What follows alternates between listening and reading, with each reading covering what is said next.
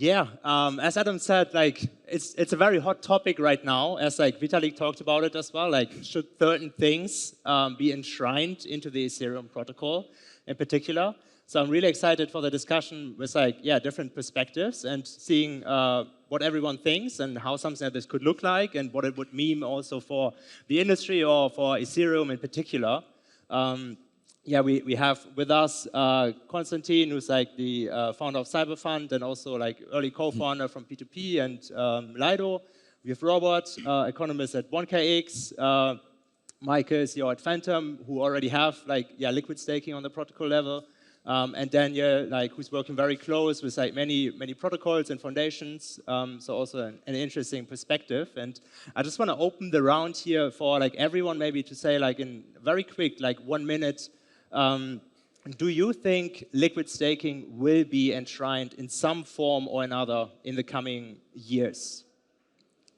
Maybe you can start, Yeah, of course it will be, you know, like, I mean, I think that the main objective of any, like, protocol developers is to make the protocol more secure. And if you can add more security by enshrining some piece of their like liquid staking to the protocol, I mean, it will definitely will happen, you know, like, and I think it's good, yeah. All right, Robert? Yeah, I mean, I agree. There's a good chance that it will happen. I mean, we're not going to incorporate Lido right away, I guess. We'll need to explore ways to level the playing field, right? Deal with, you know, the worst consequences of, you know, centralization tendencies that we see. And yeah, does that mean we're going to see like a native Ethereum LST? Unfortunately, these days, right, the exploration of the design space, and then it's not just about what makes the most sense, but then you also need to watch a little bit about what regulators might do and these consequences. So that's why I see also some probability that we are actually not going to have it enshrined. Yeah, I think there eventually will be to some extent, but I don't think like anytime soon, meaning like a year or two away, because I think there's a lot of like issues and problems that potentially need to be resolved, or you would have like liquid staking enshrined in any particular like L1 protocol. But I think these problems can be discussed and kind of like overcome via, you know, gamification and just like problem solving in general. So I think maybe over the next 5 or so years, eventually will be, but not like anytime soon. I do think liquid staking will be, it's inevitable they'll be enshrined. I think liquid staking are like kingmakers, especially from the validator perspective, and validators will basically do whatever they want. Whatever liquid staking or the largest liquid staking protocol will want them to do to comply. And eventually I think like the direction that staking is moving into, institutions preferring native asset staking and retail more preferring more liquid assets, is going to continue to do that. Yeah. Awesome. Yeah, that's a great perspective. And maybe we can dive a little bit deeper into like why should liquid staking be enshrined into the protocol? Robert, maybe you can take it a little bit from the economic perspective as well. Yeah, and I'm happy to do so. I mean, the obvious reason is risk. I mean, security is a public good, and you don't want to fully leave that out to the market forces to figure that out, especially when the underlying economical dynamics are inherently centralizing, right? Any proof of stake, staking reward scheme, you know, there are countless papers where you see it will lead to centralization. And yeah, the risk, right, we have different forms that we're talking here. There's obviously operational risk. What if, you know, the node operators of this big stakeholder go offline? Or even worse, you know, if there's smart contract issues that all of a sudden affect a big chunk of your network. There's a whole consensus-related risk, the trust-related issues. If a stakeholder has like more than 33%, 51%, more than 66%, I mean, right? God knows even the MEV-related shenanigans that might come up. And then also, I think one of the most important parts triggering this discussion also the governance related risks, where you start asking the question, okay, who decides the course of the network, right?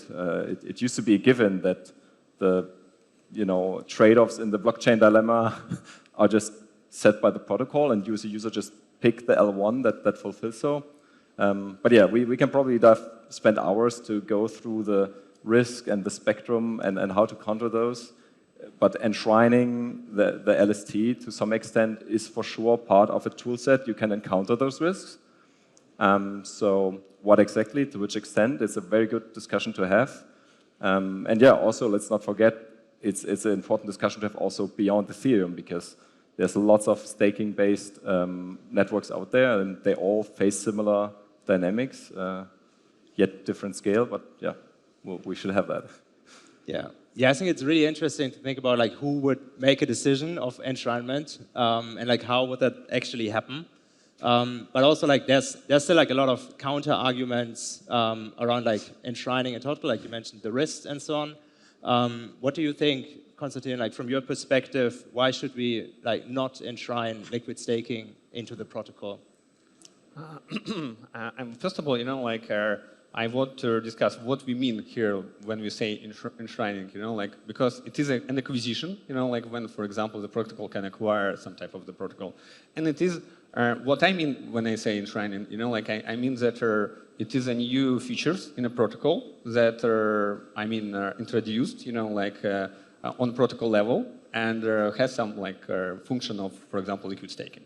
And if we speak about this topic, first of all, I'm not, I think that it's good, to where protocols are, first of all, I mean, protocol developers, what they want to achieve, they want to build a platform that is decentralized and secure, censorship resistant.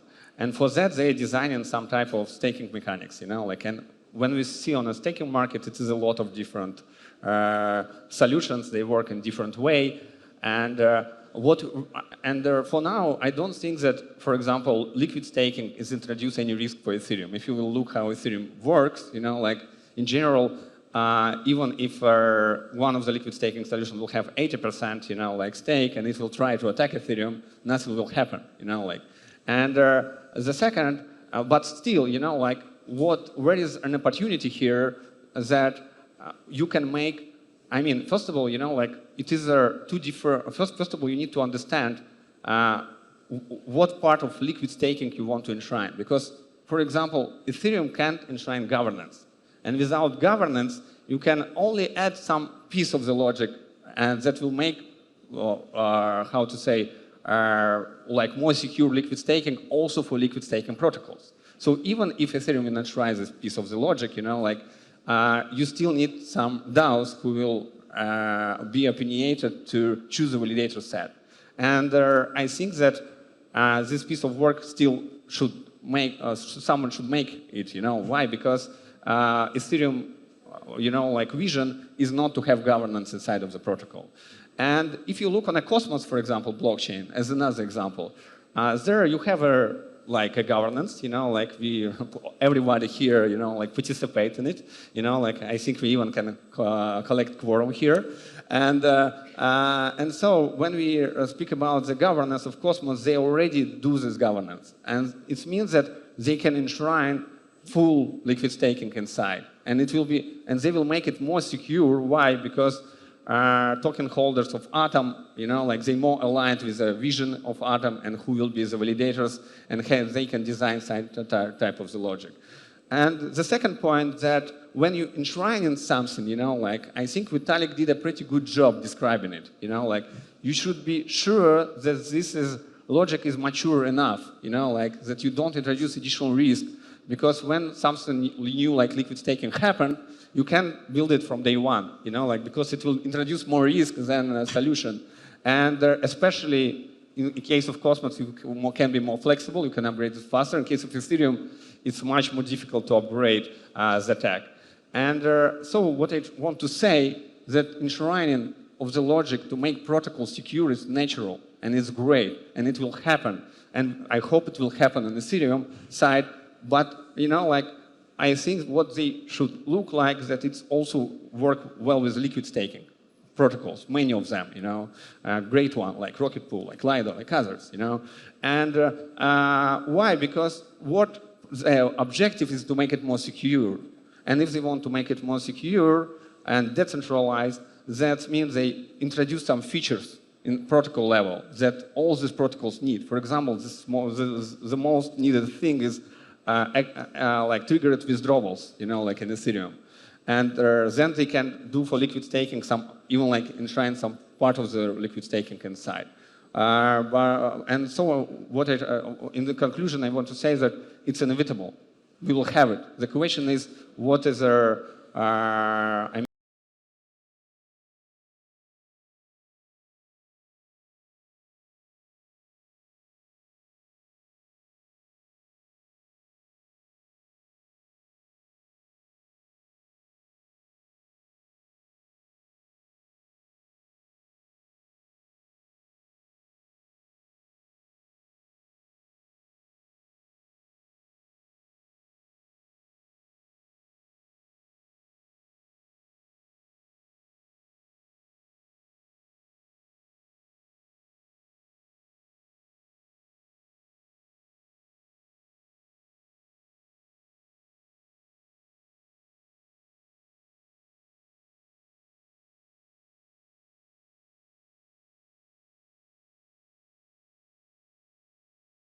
Like your learnings from it, and like how was your, like, how is it playing out right now, from like what you initially thought and how it's playing out now? Well, Fantom wasn't actually launched with like liquid staking like already enshrined in it. So like when we launched like the Fantom Foundation Network, which was at the end of 2019, it was basically just in terms of like proof of stake, pretty much just like a standard vanilla like proof of stake implementation, right? You know, you have validators that validate transactions. You need just over 2/3 of transaction of the total validating power required in order to validate a transaction on network or to include it as a finalized transaction in a finalized block. And you know, you had people who could delegate to nodes, and those people could you know, basically like stake on your behalf, and they would earn some of the earnings, 15%, and you would earn the over 85%.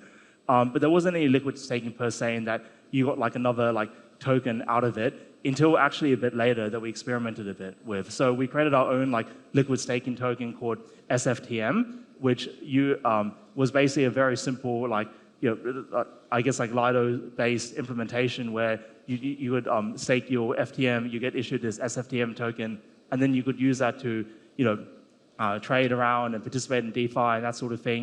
And then we sort of like didn't really support that much going forward because it didn't really make sense for us as a foundation to kind of like implementing like our own liquid staking solution. We wanted like people from the community and other projects to, you know, come on Fantom and do that. And we had a few projects that ended up doing that. For example, like Stata. But the problem that we experienced with liquid staking is very much a similar problem to what like other networks have experienced as well, especially like Ethereum, right? In that, you know, how do you minimize like risk? How do you make sure that the liquid staking protocol doesn't become like too centralized or getting too much traction, which, you know, adds to potential centralization risks? How do you make sure that there's like enough liquidity for people to be able to, you know, transact, you know, safely with the liquid stake token, knowing that they can redeem it for, you know, the underlying token as well? And these are all problems that, to be honest, we haven't really like solved at Fantom, and we haven't like focused too much of our time at it at the Fantom Foundation. That being said, we have had a bunch of like discussions continuously ever since, you know, we've learned from our own experiences to do with liquid staking, and we actually are thinking about like, okay, how can we, you know, solve some of these problems that we know exist, like on Fantom with regards to liquid staking, which are pretty much the same concepts that exist on like other chains, and, you know, is it possible for governance to basically like, you know, enshrine liquid staking out in the protocol and reintroduce some sort of like liquid staking token that's sort of like native to the Fantom ecosystem like we did like earlier on. But there's a few other things that we want to focus on beforehand before we do that, which is, one of them is, you know, kind of like revitalizing the DeFi ecosystem on Fantom, I think it's vital that you have a thriving DeFi ecosystem, which requires a number of components for it, for liquid staking to be really worth it. And that's sort of what we're like focused on like at the moment. So the lessons learned are pretty much, we have the same, economic security problems as any other proof of stake trying to implement liquid staking. So I think we're all just trying to solve the same problems in the end. Awesome. Yeah, and then for Fantom, I think it was like you were still like quite early when you adopted the liquid staking. I guess there were no like third-party liquid staking protocols in the network yet. And now we are like, for Ethereum, for example, it's going to be interesting because there is like, many different liquid staking protocols from third parties already in the market and already have a lot of traction. So it would probably look even a little bit different. And I'm curious, Daniel, from your perspective, like, what do you think, what can LST protocols do to position themselves for potential enshrinement?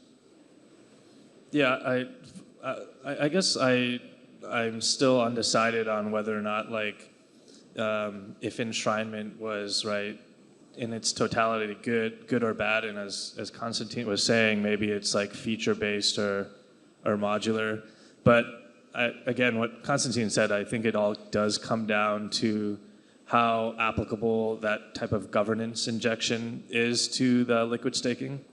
I remember when Vasily had posted his rationale, I think it was last year or 2 years ago, I think it was last year, where he was basically taking the stance, I think, like Lido should not, like a large liquid staking protocol like Lido should not purposefully self-limit because it obviously would hinder the type of sort of iron sharpening iron or capable competitors to kind of come in and take charge. But I think an interesting, I guess, kind of analogy to what we've been seeing within these, like, especially on Ethereum, these third-party liquid staking protocols that do compete with each other, right?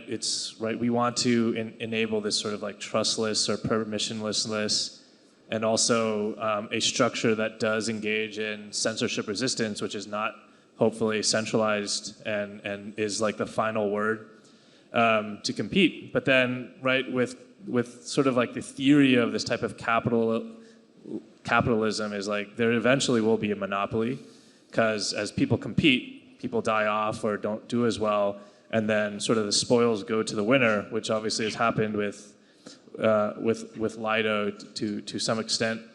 But then, there is no sort of like centralized government with like what happens in countries like the United States, where the government comes in and says, "Hey, Microsoft, you have to break up," or like you have to like split up into these things because you're too big and you're hindering that type of competition.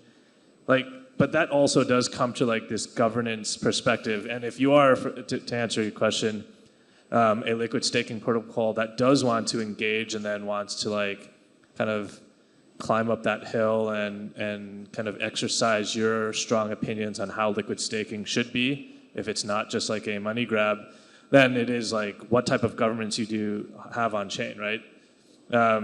If we were to compare like a non-on-chain governance ecosystem like Ethereum and then a on-chain governance ecosystem like Cosmos, you have like a variety of like pain points that you're going to have to deal with, right? On one end, you might have like tyranny of the majority that you have with on-chain governance.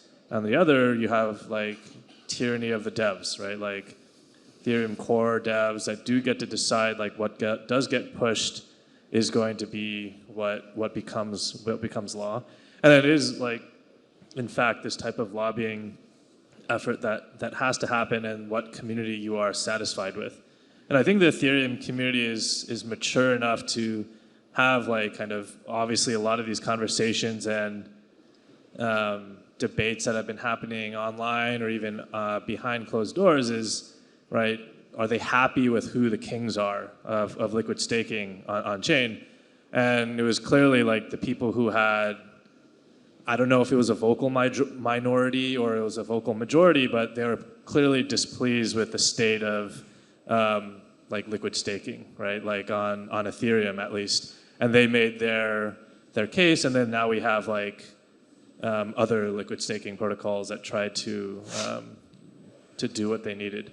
But right, Ethereum has had, to go back to it, Ethereum has had this history of relying on social consensus, which was a form of governance, which is also prone to that type of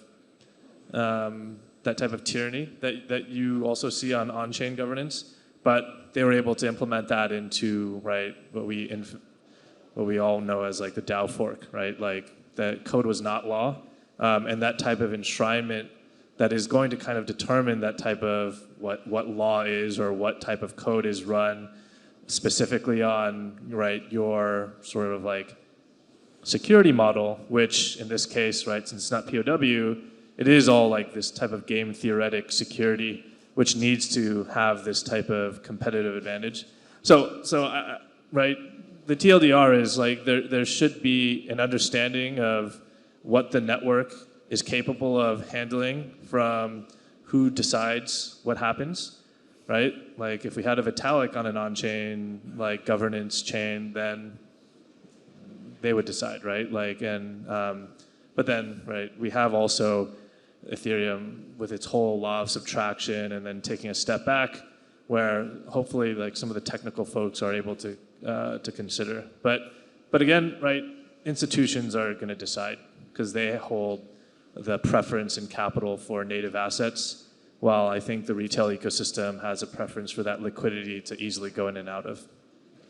So do you think the third-party liquid staking, the competitive advantage over enshrined liquid staking would be basically to have on-chain or like have governance components as well? Because you also mentioned like it's probably like the governance part wouldn't be enshrined. Are we going? Yeah. I think so. I think it's almost as if like if there was so much preference for liquidity of an asset, then maybe it should have been there from the get-go by default. And then whatever governance does get to decide how the protocol changes is going to decide that. So Ethereum, it's small minority of developers that do get to decide, and then on other chains you have more representative, hopefully. Awesome. Yeah. So and then maybe like as a last step, we can dive a little bit into like how would potential enshrinement look like. I think you mentioned, maybe like in the direction of an acquisition of some sorts. How do you think like this would play out in the end if something like this happens, like modularly over time? Yeah, first of all, we need to split, like our discussion on networks that has governance and that doesn't have, because it's different cases. In case of Ethereum, I don't think that it's possible to acquire something. Why? Because the solutions are really complex, and it's really like, and also, like from Ethereum side, they have a lot of features that they can develop, and how I see the future, first of all, I mean, they need to make competition better, because now, like LiDAR and other protocols, like who on top, it's difficult to compete with them because it's a lot of trust to them, But they are, and also competitors, for them it's really difficult to build a trustless protocol. Why? Because it doesn't have features like triggable withdrawals, And when you look that you want to enshrine liquid staking, for example, for Ethereum, you need to look on your backlog of features, what you need to do first. And when you will look on them, it is, how to say, low-hanging fruits that is much more simple that are enshrining liquid staking that you can develop and you will have a better security. And the second, when you will start to work with liquid staking, it's clear that current, like design with 32 ETH is not optimal. Why? Because if you look on our distribution, who are staking, they are not owners almost. I mean, it is also a lot of validators, like professional validators. They are not owners of the stake. And it means that it's designed, it still works, it's still secure, it's still, I don't think that it is any issues for Ethereum. But the question, when you will start to work on these particular things. And also I think that liquid staking protocols, they also experiment a lot and show the best design. For example, LiDAR liquid staking is working on dual governance. And dual governance is making from staked ETH, it's like almost native protocol. Why? Because if you can block any proposal and quit, it means if you trust the smart contracts, it's almost permissionless. You know, it can be built in this way, and this is also like like a design that can win. You know, like if you can build such type of design that is secure for staked Ethereum, and they can quit on any proposal that they don't like. That means that, you know, like maybe you don't need to spend time on it, you know, like maybe the design of different liquid staking protocols will come to, and what Ethereum community, they need to push. It is like a community. They need to attack LIDA and others, you know, like to make it better. And this is great, you know, like it's one of the biggest value of Ethereum and Ethereum communities that they react on that, you know, like and push protocols to be better. And from Cosmos networks and other, they have a much different story. Why? Because they have this governance, and from one side you need to build a permissionless, you know, like staking. From other side, you can define some metrics or like formula, you know, like how you will choose these validators to optimize the validator set. And I think that Cosmos will be like in front of it. And if you speak about acquisition, for Cosmos, it's much more easy, you know, like to acquire. But it's still, you know, like in any type of acquisition, especially on-chain acquisition, this is independent topic, how to make it really well. It's really not clear how to understand the valuation of the protocol, you know, like, for example, they develop something, you know, like what is the price of acquisition? Because you can pump a token and say, oh, give me $1 billion, but it's not the price, you know, like, but how to evaluate, you know, like it. But if it's a healthy evaluation, for example, they developed a best liquid staking for Cosmos, and it's, I don't know, like $5 million price, it's lower that the Cosmos team will spend on it. That is beneficial for everyone, you know, like, and I think that it's a big opportunity for networks try to find a way how they acquire like the startups, you know, like, and be stronger. Yeah, I think in that sense, it's really interesting that all the different LST protocols have different approaches, and they're basically trying out like, yeah, what works, what doesn't work, how can we be complementary to like institutions and so on as well. So I think it's a great way, or like a great opportunity for Ethereum and others as well to figure out like, okay, what makes sense and like what should we adopt and what not, because there's already a playing field in production, which is pretty amazing, I think. And I wonder, Mike, maybe from your side, do you see any like potential risks? Because Robert, you mentioned like one of the risks would be also like regulation for like enshrinement. Do you see any risks there for like institutions investing into protocols? Is that a risk with like enshrined liquid staking? Yeah, I think like the big trade-off when it comes to enshrinement of any liquid staking protocol is like security, right? And it's often like being quite talked about. So, you know, what is the benefit of liquid staking? You know, fundamentally, it's the fact that, you know, you can earn a yield participating in the validation or security of the network while also having the ability to, you know, trade such an asset or engage in another aspect of a network, right? So that really is the benefit, and I think everyone like agrees that, you know, this is why like people are very much interested in liquid staking, why we're talking about it today. But the downside about it is really risk, because, you know, if you have a token that's tradable, right, on the network, then you have an issue about like, okay, well, what about like the nothing at stake problem, right? Where, you know, people are not able to get sufficiently slashed if they don't behave like appropriately on the network, and therefore there's no punishment or penalty for you trying to fork the network or do something dodgy with the consensus mechanism, right? And Vitalik, like in his article, as like Daniel mentioned, kind of like commented a bit about this in the past, where he said, well, you know, we already have like a lot of like security on Ethereum. You know, does it really need to be 51%? Can it be like some like portion that's lower and more focused on the person who's actually running the node rather than people who delegate into the node? I mean, that is like a potential solution in terms of like, okay, you know, this is how we, you know, launch liquid staking and we still, you know, maintain a degree of security.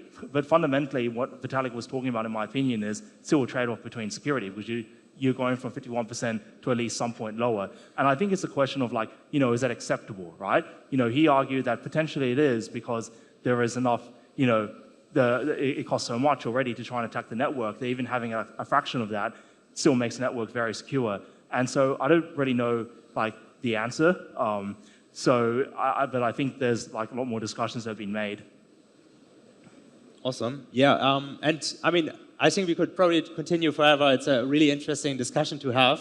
We're unfortunately running out of time, so just gonna wrap this up. I think like it's really great to have these kinds of discussions also like across different ecosystems. That's what I'm really excited about, because in the end we all want to like work to like make like blockchain infrastructure more efficient, and there's a lot of different approaches to it, and I think it's great to have all the different perspectives from all sorts of companies and contributors and so on. And I'm really looking forward to also continue these discussions over the coming months and years. And very excited to see where we are going in the space.